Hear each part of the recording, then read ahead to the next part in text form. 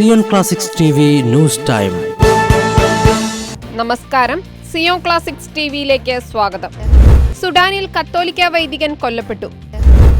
African രാജ്യമായ സുഡാനിലെ north ഡാൽഫർ സംസ്ഥാന തലസ്ഥാനമായ എൽ ഫാഷറിൽ കത്തോലിക്ക വൈദികൻ കൊല്ലപ്പെട്ടു.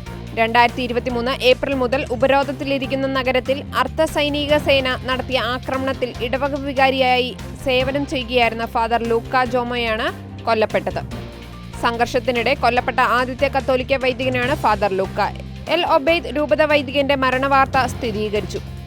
ജൂൺ 13 പുലർച്ചെ 3 മണിക്ക് എൽ ഷാഫറിൽ വൈദികനും മറ്റ് 2 യുവാക്കളും വെടിയേറ്റാണ് കൊല്ലപ്പെട്ടത്. ഇവരുടെ ആത്മശാന്തിക്ക് വേണ്ടി പ്രാർത്ഥിക്കുവാൻ സഭാ നേതൃത്വം ആഹ്വാനം നൽകി. ഏകദേശം 2 വർഷമായി നഗരം അർദ്ധ സൈനിക വിഭാഗമായ റാപ്പിഡ് സപ്പോർട്ട് ഫോഴ്സിന്റെ ഉപരോധത്തിൽ തുടരുകയായിരുന്നുവെന്നും പ്രാദേശിക വൃന്ദങ്ങൾ സ്ഥിരീകരിച്ചു. സമീപ മാസങ്ങളിൽ ബോംബാക്രമണങ്ങളും മിലിറ്ററി ആക്രമണങ്ങളും രൂക്ഷമായിരുന്നു. ഇത്തരത്തിൽ നടന്ന ആക്രമണങ്ങൾക്കിടെയാണ് യുവവൈദികൻ ദാരുണമായി കൊല്ലപ്പെട്ടത്.